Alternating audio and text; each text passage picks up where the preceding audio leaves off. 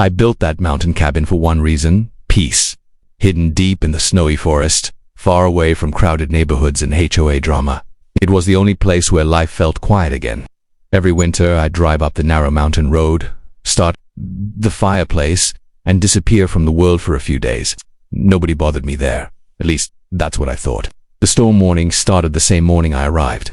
Thick clouds rolled across the mountains while fresh snow covered with pine trees. As I turned the last corner toward my property, I noticed tire tracks already pressed into the snow. That instantly felt wrong. Nobody was supposed to be there. The cabin had been locked for months. Then I saw smoke coming from the chimney. At first, I honestly thought maybe a pipe burst and some maintenance crew had entered the property. But when I parked near the cabin, the scene made no sense. Expensive luggage sat beside the doorway. Warm lights glowed through the giant windows. Someone inside was casually walking around my living room like they belonged there, and then the front door opened. Standing there in a white bathrobe holding a coffee mug like she owned the mountain was the HOA president from my old neighborhood. For a second, I genuinely thought I was hallucinating. She looked at me with complete confidence and immediately demanded to know why I was standing on private property, on my own mountain, on my own land. I pulled out the property folder from my truck and explained calmly that the cabin belonged to me. I even showed her the deed, but she barely glanced at the paperwork before laughing like the whole thing was ridiculous. McCordy heard the cabin looked abandoned. She claimed she had every right to temporarily occupy it until the storm passed. The craziest part wasn't the trespassing, it was how comfortable she felt doing it. Like normal. Rules simply didn't apply to her anymore. Inside the cabin, my fireplace was burning. My blankets were unfolded across the couch. Coffee brewed in my kitchen while snow boots dried near the heater. She had fully moved into my house without permission and somehow expected me to accept it. The storm outside kept getting worse. Snowfall thickened across the mountain road while freezing wind shook the trees. I realized arguing wasn't going to solve anything. People like her didn't back down because of logic. They backed down when reality forced them to. So I stopped arguing. I smiled politely, grabbed my truck keys, and walked back outside. There was only one road leading off that mountain, a narrow icy pass surrounded by deep forests and steep cliffs. And thanks to the incoming storm, it wouldn't stay open much longer. I drove my pickup toward the exit road and parked it sideways across the narrowest section. Not permanently, not dangerously, just enough to make it impossible for anyone to drive around until the snowplows arrived again. Then I waited. By evening, the storm had completely taken over the mountain. Snow buried the road within hours. Wind roared through the trees while visibility disappeared into white darkness.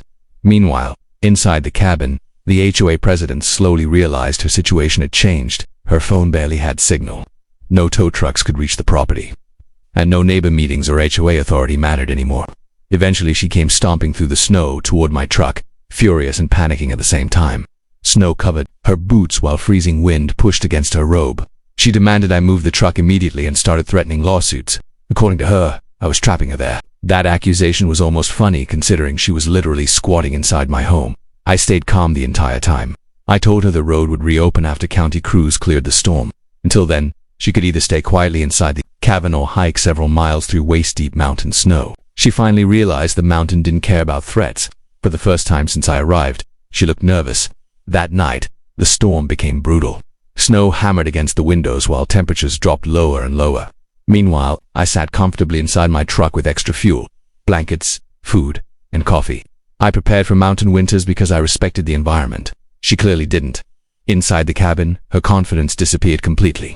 Hours earlier, she acted like she owned the place. Now she sat silently beside the fireplace wrapped in blankets while the storm trapped her inside someone else's property.